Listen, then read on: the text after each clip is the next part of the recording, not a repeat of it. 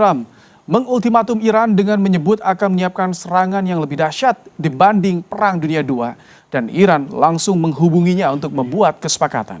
Sementara Iran mengklaim tak ada keterlibatan Washington dalam kesepakatan soal Hormuz selain dengan Oman.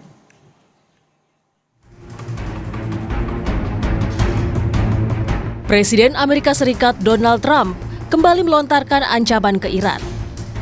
Trump bilang serangan Amerika Serikat akan jauh lebih dahsyat dibanding dengan Perang Dunia II jika negosiasi tak berjalan baik. Usai ultimatum dikeluarkan, Trump mengakui Iran berkomunikasi dan ingin ada kesepakatan. And we're doing the same thing, by the way, in the lovely Islamic Republic of Iran. We're knocking the hell out of them. Knocking the hell out of them. I'd rather make a deal because I don't want to kill people. I do not want to kill people. But at some point we were set for the biggest attack of any attack, and we've hit them very hard for the last few months. But we were all set for the biggest attack since World War II. And they called me and they said, please don't do it, let's talk. And then they said, we never said that.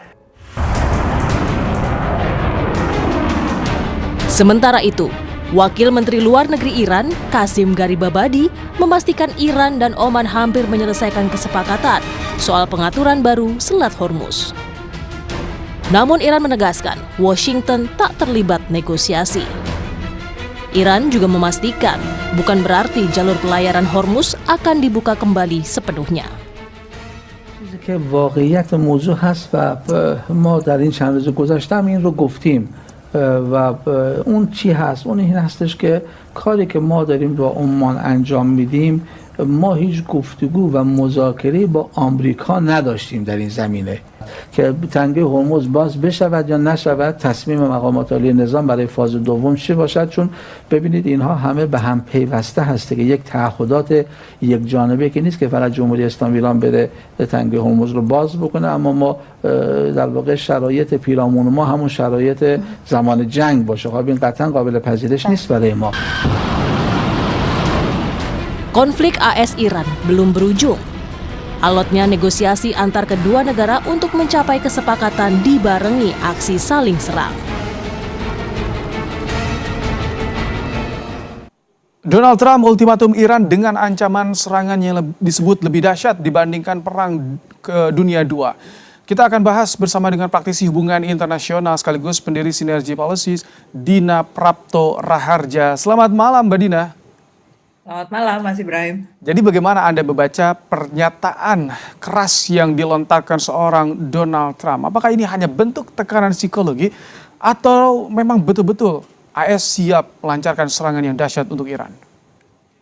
Tidak, Amerika tidak dalam posisi siap untuk melakukan serangan sebenarnya, karena munisi Amerika Serikat itu sudah berkurang sampai 80% dan masih butuh waktu untuk Amerika Serikat punya persenjataan lagi dalam jumlah yang cukup untuk punya daya serang yang punya impact ya, punya dampak ke Iran.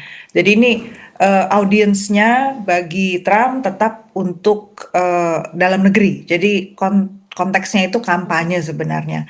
Jadi Amerika Serikat dalam hal ini ingin menunjukkan dirinya tuh masih tetap matters gitu, tetap punya arti lah di tingkat internasional, karena kalau memang betul sudah makin dekat persepakatan antara Iran dengan Oman, itu berarti tanpa ada Amerika Serikat pun situasi di Hormuz bisa ada satu kemajuan di bidang perlintasan masuk maupun keluar dari Selat Hormuz, dan itu bukan gara-gara Amerika Serikat. Kira-kira begitulah yang ingin disampaikan oleh Iran, dan Amerika Serikat nggak pengen tertinggal di situ, bahwa dia tetap punya peranan sebenarnya untuk menentukan perkembangan di Hormuz. Oke, kalau pernyataan Trump yang seperti ini apakah akan mengganggu tidak negosiasi atau diskusi yang tengah dilakukan oleh Iran dan Oman?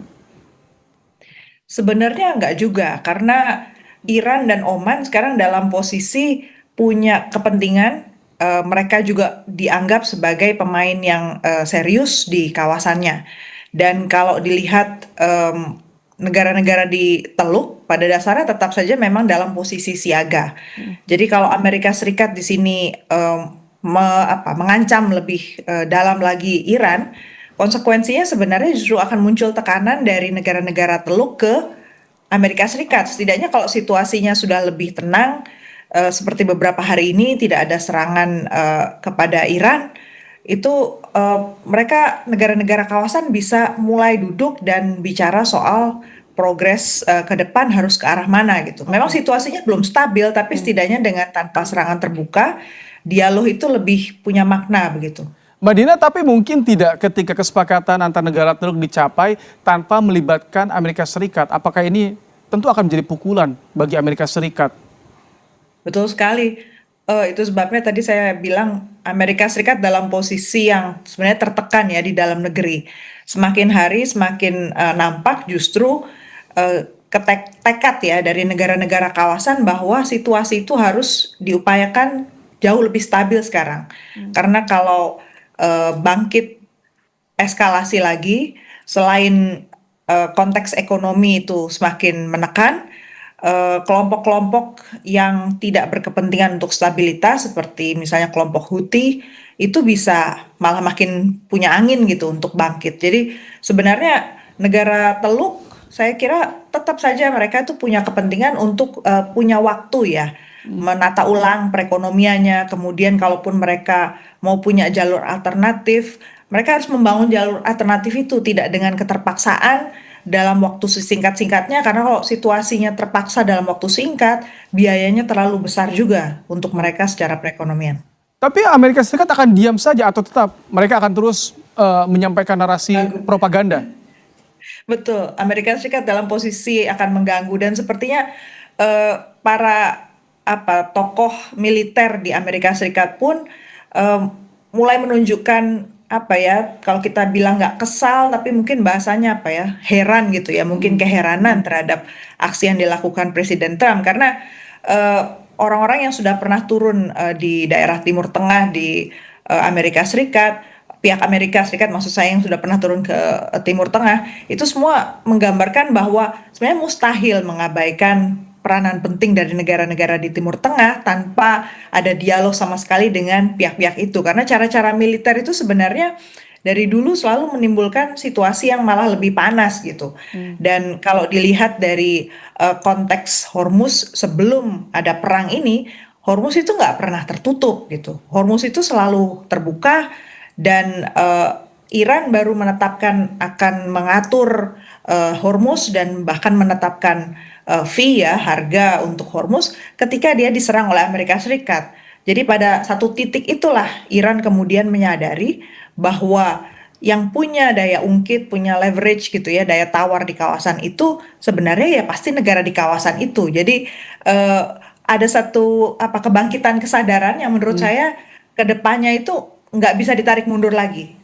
Mereka sudah sampai Iran sudah sampai pada satu kesadaran dan itu menular juga menurut saya ke negara-negara lain di kawasan bahwa penentu stabilitas di kawasan Timur Tengah ya negara-negara di kawasan itu sendiri. Kalau misalkan arahnya ke sana, tadi kan Anda bilang Amerika tak akan berdiam diri, tapi Iran apakah membaca tidak soal tetap saja mereka harus waspada dengan agresi atau pergerakan dari Amerika Serikat?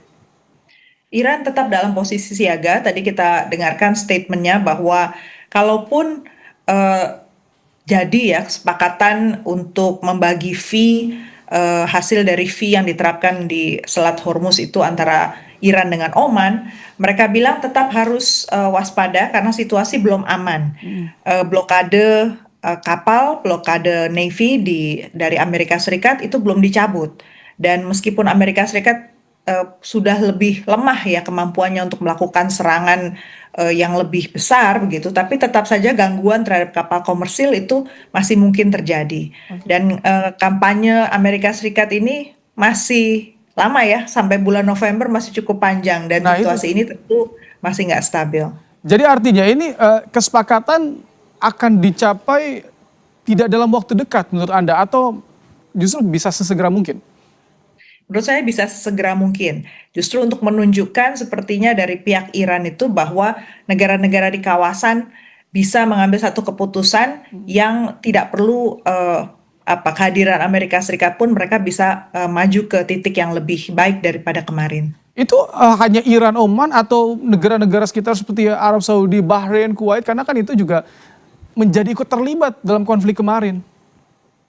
Kalau negara-negara Teluk posisinya sepertinya belum sepenuhnya clear ya, tapi negara-negara yang menjadi mediator untuk Iran dan Amerika Serikat itu kelihatannya memang sangat menginginkan ada stabilitas segera dan Hormuz dibuka, dan mereka selain membuka jalur-jalur alternatif buat perdagangan Iran, mereka juga mengusahakan agar situasi di kawasan sana itu membaik, karena itu sangat membantu juga mereka bisa berhitung dengan lebih baik ya investasi yang harus dibangun seperti apa kalaupun harus membangun jalur alternatif. Baik, terima kasih untuk pandangannya praktisi hubungan internasional sekaligus pendiri Synergy Policies Dina Prapto Raharja dalam program Kompas Malam hari ini. Terima kasih Mbak Dina. Selamat malam.